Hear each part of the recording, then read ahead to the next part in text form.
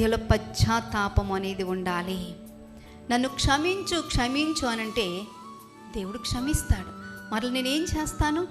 ఈ పశ్చాత్తాపము లేకుండా మరలా రేపటి రోజున అదే పని చేస్తాను.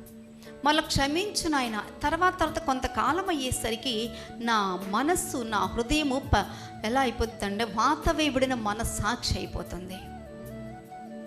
మరి అటువంటి వాత వేయబడిన మనస్సాక్షితో ఇక్కడ మనలో ఎవరైనా ఉన్నట్లయితే మరొకసారి మన దేవుడు మనకి అవకాశం ఇస్తూ ఉన్నారు.